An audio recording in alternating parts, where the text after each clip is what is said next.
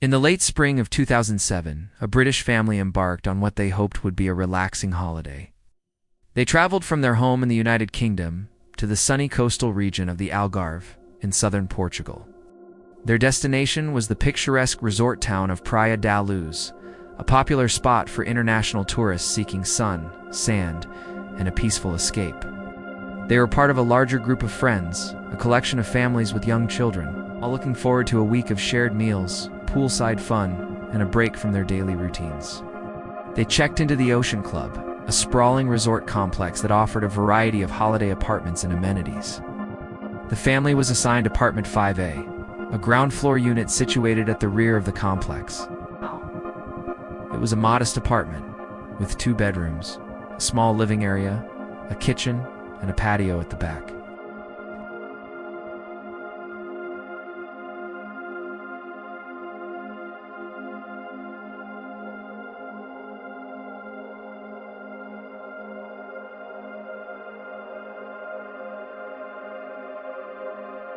Described by her parents as a happy, chatty, and loving child, she was the eldest of 3 siblings. She had distinctive features, including blonde hair, blue-green eyes, and a unique marking in her right eye, a coloboma of the iris. She was inseparable from her favorite soft toy, a pink cat. Her younger twin siblings, just 2 years old at the time, completed the young family. Their parents, both respected physicians, were diligent and caring, balancing their demanding careers with the joys and challenges of raising 3 small children. The holiday was a well-deserved break for everyone. Their days at the resort fell into a comfortable rhythm. Mornings were spent together as a family, often by the poolside or participating in resort activities. In the evenings, a pattern emerged that would later become a central focus of the investigation. While the children slept, the parents would dine with their friends at the resort's outdoor tapas restaurant.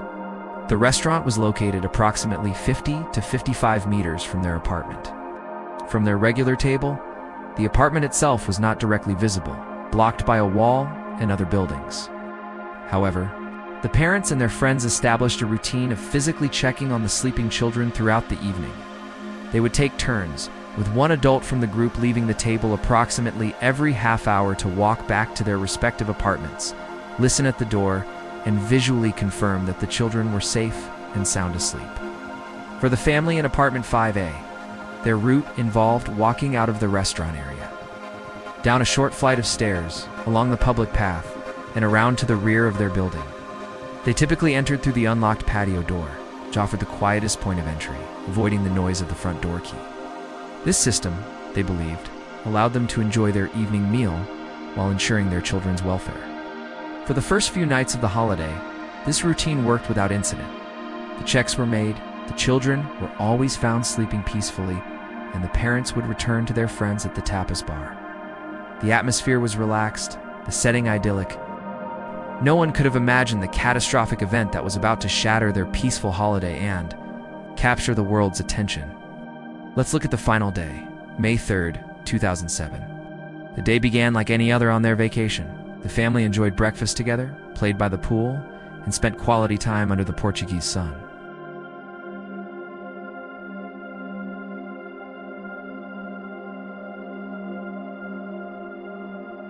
Later in the afternoon, she played tennis with her father. It was a day filled with the ordinary happy moments of a family on holiday. Around 6 in the evening, the father took the 3 children back to the apartment. He bathed them and got them ready for bed. The mother returned from a jog around 6:30 p.m.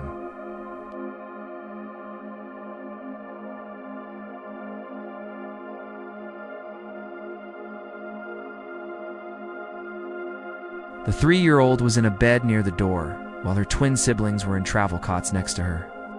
The parents then got ready for their evening meal. Before leaving for the restaurant, they made sure the children were settled. They left the bedroom door slightly ajar to allow them to hear the children from the living room.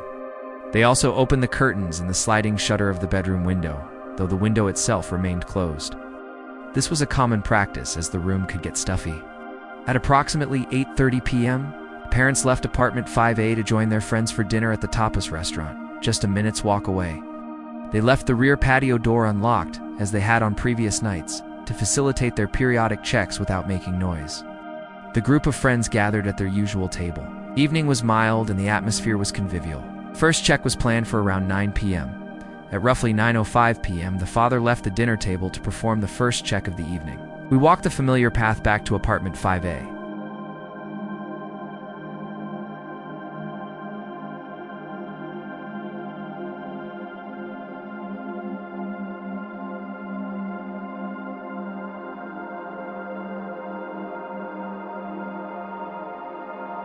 He gently pulled it almost closed again, leaving just a small gap. Everything seemed to be in order. He saw his daughter sleeping in her bed, the twins in their cots. Feeling reassured, he returned to the restaurant and reported to his wife and friends that all was well. The dinner continued. Around 9:30 p.m., a friend from the dinner party did his own check on his children in a nearby apartment.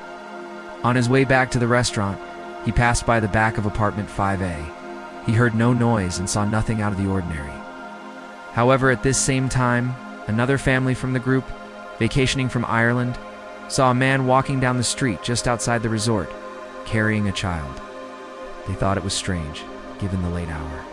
The child appeared to be asleep and was dressed in light-colored pajamas. They didn't think too much of it at the moment, assuming it was just a father taking his tired child home.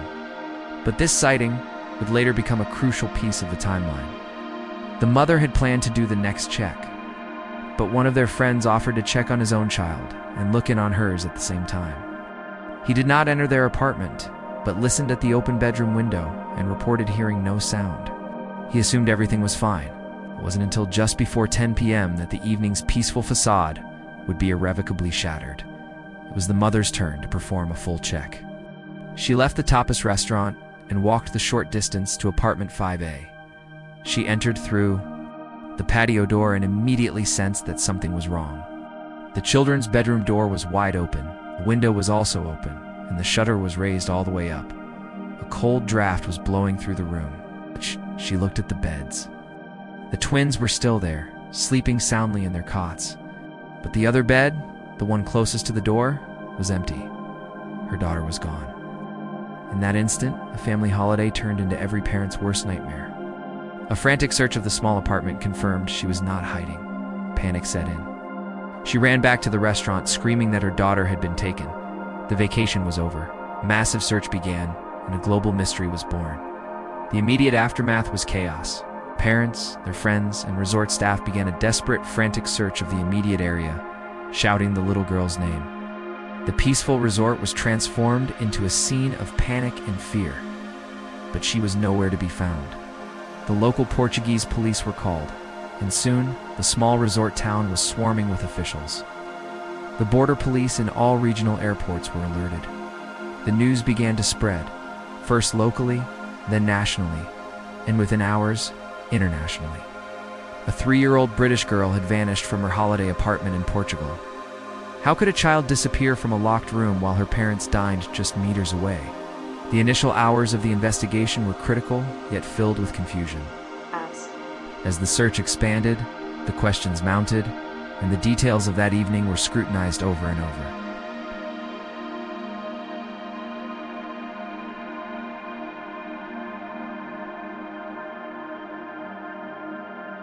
In Part 2, we will delve into the initial investigation, the key pieces of evidence, and the many theories that emerged in the desperate search for answers. Thank you for watching. The search for this child continues to this day. If you want to understand the complexities of this investigation, make sure to subscribe and turn on notifications so you don't miss Part 2 of this documentary series.